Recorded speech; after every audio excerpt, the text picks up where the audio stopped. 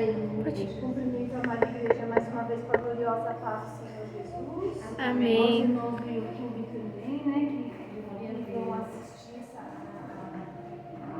a palavra de Deus, vão compartilhar conosco, né, a palavra do Senhor. Se encontra a palavra em Jeremias, capítulo 49, louvado seja o nome do Senhor. Todos encontraram? Louvado seja Deus. Na minha Bíblia tem um título que começa com esse título: Profecia contra os Amonitas. Contra os filhos de Amon, assim diz o Senhor: acaso não tem filhos Israel, nem tem herdeiro? Por que, pois, herdou Malcã a Gade e o seu povo habitou nas suas cidades? Portanto, eis que vem dias, diz o Senhor, e em que farei ouvir em Rabá dos filhos de Amon o alarido de guerra, e tornar-se-á num montão de ruínas, os lugares da sua jurisdição serão queimados a fogo, e Israel herdará aos que o herdaram, diz o Senhor. Uiva, ó Esbom, porque é destruída Ai, clamai, ó filhas de Rabá, cingivos de sacos, lamentai e dai voltas pelos valados, porque Malcã irá em cativeiro, os seus sacerdotes e os seus príncipes juntamente. Porque te glorias nos vales, teus luxuriantes vales, ó filha rebelde, que confias nos teus tesouros, dizendo: que virá contra mim?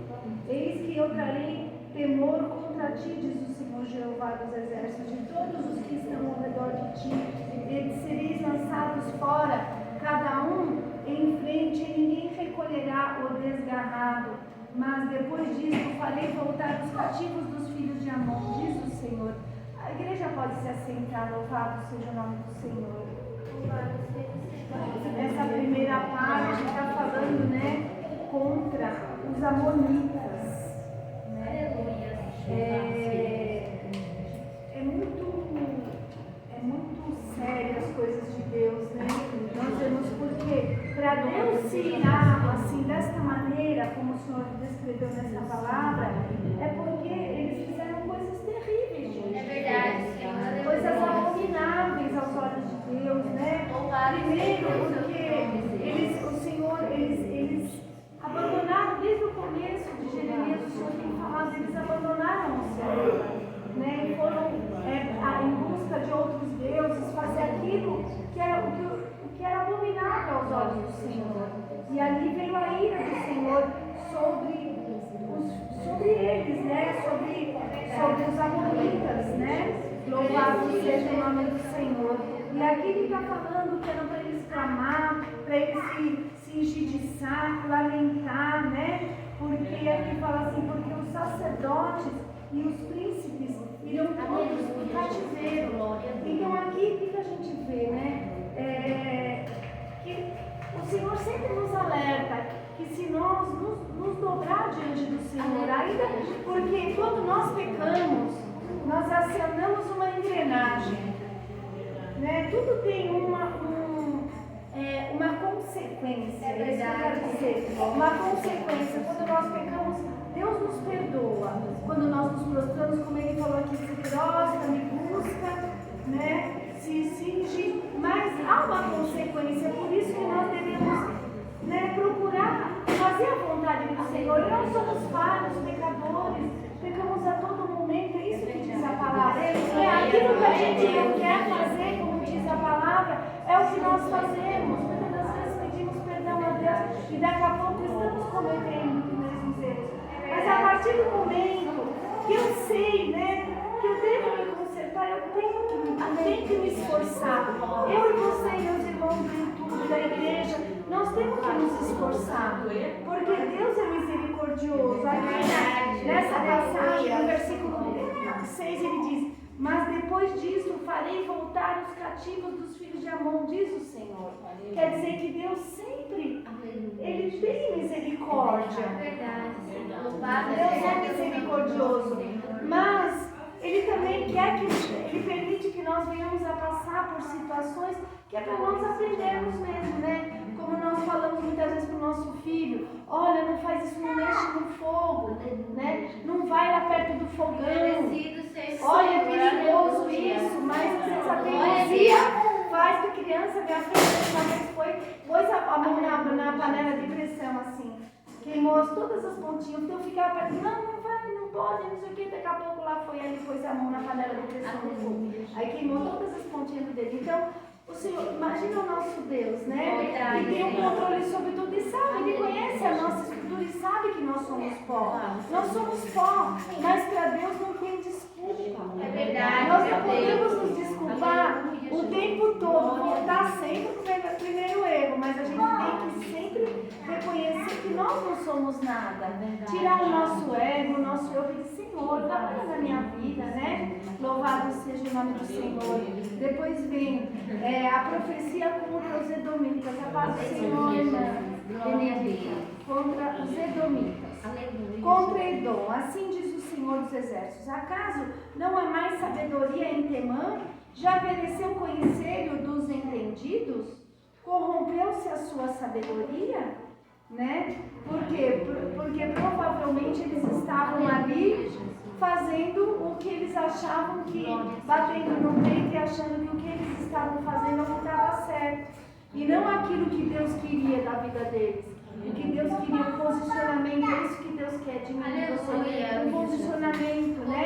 Aqui ele fala, corrompeu-se a sua sabedoria, porque é isso que nós temos que tomar cuidado, não porque o mundo, né, a ciência, o mundo em si, ele traz um questionamento das coisas de Deus. As coisas de Deus estão ficando assim, como que desprezadas mesmo. Quando nós vemos, muitas das vezes, né, quando se descobre algo, um remédio, lógico, os cientistas eles vão crer na cura pelo remédio, mas nós cremos que Deus cura.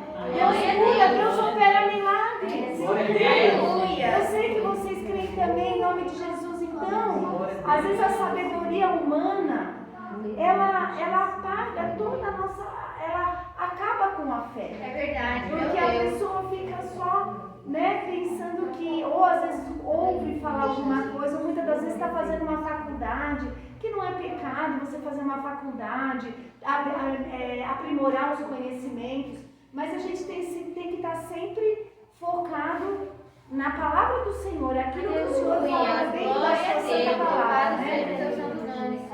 No 8 diz, fugi, voltai, habitai em profundezas, ó moradores de Dedã, porque eu trouxe sobre ela a ruína de Esaú, no tempo em que o visitei. Se vindimadores viessem a ti, não deixariam alguns rabiscos? Se ladrões de noite não te danificariam quanto julgassem suficiente? Mas eu despi a Esaú, descobri os seus esconderijos, e não se poderá esconder. É destruída a sua descendência, como também seus irmãos e seus vizinhos, e ele já não é. Né? Então, para Deus, nada fica oculto aos olhos de Deus. Nada. Não tem para onde nós nos esconder de Deus. Não tem, não adianta. A gente tem que sempre voltar para o caminho do Senhor. Às vezes não tem dia que bate uma tristeza, às vezes no nosso coração tem algo. Às vezes não é nem conosco, às vezes é alguém que está sentindo aquilo e acaba, a gente sente porque nós oramos, né? Muito, mas por quê? A gente tem que buscar no Senhor. Por que eu estou sentindo isso? Por que eu estou me sentindo dessa maneira, Senhor? Repreende todo o mal, o mal que está querendo desanimar, me pôr para baixo. Senhor, porque nada fica oculto aos teus olhos, Pai. É verdade. E aqui ele está falando, eu fiz, né? Ele fala, eu trouxe sobre ele a ruína. Então tudo vem de Deus, é Deus que determina todas as coisas, é Ele que permite todas as coisas, né? Então, o que Ele quer? Que realmente a gente se goste, a gente lê e a gente busque o conserto na nossa vida, né? Louvado seja o nome do Senhor. Aí ele fala no 11, deixa os teus órfãos, eu os guardarei em vida, e as tuas viúvas confiarão em mim. Porque os órfãos e as viúvas são pessoas normais. O que ele quer dizer? Pessoas desprezadas. Pessoas que perderam, né? Aqui também, perderam assim, muitas das vezes, porque perderam aqueles que estavam tomando de contas, que todo casado tem o seu esposo, né? Que no caso ele está falando da viúva, os órfãos, porque tinha um pai e uma mãe que cuidava. Mas o Senhor jamais, a palavra dele fala que ele não abandonará nem os órfãos nem os viúvos, aqueles que não têm força. O Senhor está falando, aquele ainda que aonde nós moramos, aonde nós estamos, tem pessoas que estão buscando outras coisas que não agradam a Deus, mas Deus tem misericórdia daquele que não tem força para buscar uma ajuda, muitas das vezes que é injustiçado, que ninguém dá valor, e é o que mais nós vemos, né? Muitas das vezes os filhos desprezando os pais, né? Pais também fazendo coisas abomináveis em relação aos filhos, né?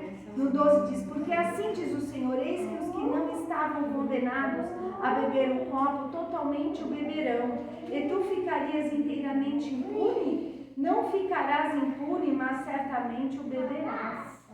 Quer dizer que o Senhor está falando aqui, que aquilo que nós plantamos, nós colhemos. Não adianta nós, eu faço algo e eu coloco outra pessoa na frente. Não, ele vai, seja um filho, seja um amigo, seja no trabalho, eu não posso, aquilo que eu faço de errado, eu tenho que me apresentar e falar, olha, por exemplo, no trabalho, eu quebrei algo lá onde eu trabalho, eu falo, olha, falo pro meu patrão, da minha patroa, hoje aconteceu um acidente, eu fiz isso, eu não vou ficar quietinho e deixar que o outro tome a culpa, né? Ou que fique a coisa no ar, né? É isso que ele está falando aqui. Porque ainda que eu me calar, Deus vai me cobrar. O Senhor nos cobra, porque Ele sabe de todas as coisas, né? Então não há nada que fique oculto.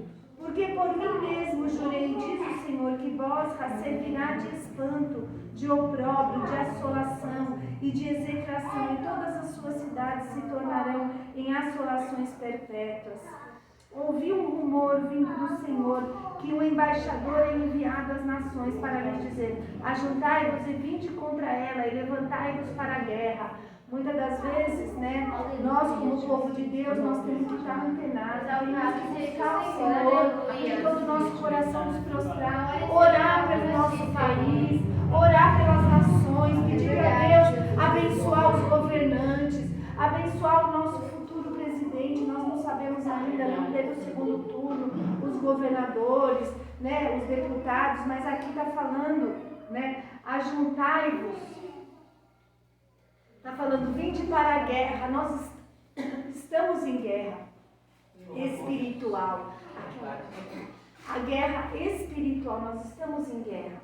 O inimigo jamais ele vai deixar de batalhar contra o povo de Deus, contra as coisas, né? Aleluia, Jesus. Minha garganta está esquisita hoje. Eu estou com bigarrinho. Então, nós como povo de Deus, nós temos que nos ter isso na nossa consciência. Nós estamos em guerra em todo o tempo. Né? A igreja enviou a missionária Lourdes, né? Ela está no campo, então nós temos como igreja, nós temos a obrigação de orar por ela, de interceder pela vida dela. Ela está lá, né? Que Deus venha dar graça para ela, que cubra ela com manto sagrado, porque ela foi para o campo do inimigo. Ali ela vai enfrentar muitas coisas, mas Deus é com ela. Em nome de Jesus. E não é diferente em todas as áreas da nossa vida. No país que nós vivemos, a gente vê quantas coisas o povo fala, porque isso, porque aquilo, porque aquilo. Para Deus não tem isso, não. Para Deus quer que a gente venha orar, porque Ele sonda os corações. E aquele que inclina o seu coração, aquele que inclina o seu coração a Deus, Deus ouve a oração, né? Louvado seja Deus, porque eis que te fez pequeno entre as nações, desprezado entre os homens. Quanto à tua terribilidade, a arrogância do teu coração te enganou. Tu que habitas nas cavernas das rochas, que ocupas as alturas dos outeiros, ainda que eleves o teu ninho como a águia, de lá te derribarei, diz o Senhor. Então, aqui está falando, porque muitas das vezes, né, nós vemos isso, né? As pessoas estão, o mundo está cada vez mais arrogante, está cada vez mais cheio do eu e do ego, mas Deus, né? Deus abate, quanto mais a pessoa se colocar acima do bem e do mal, ela acha que ela é Deus, Deus abate ela do lado de cima e põe ela lá embaixo. É verdade, Jesus. É isso que diz a palavra, né? Louvado seja o nome do Senhor. Então, fica até aqui, meditem então no Jeremias 49, né, que o Espírito Santo possa falar mais alto no coração, né? Louvado seja o nome do Senhor. E assim agradeço a minha rica oportunidade em nome de Jesus.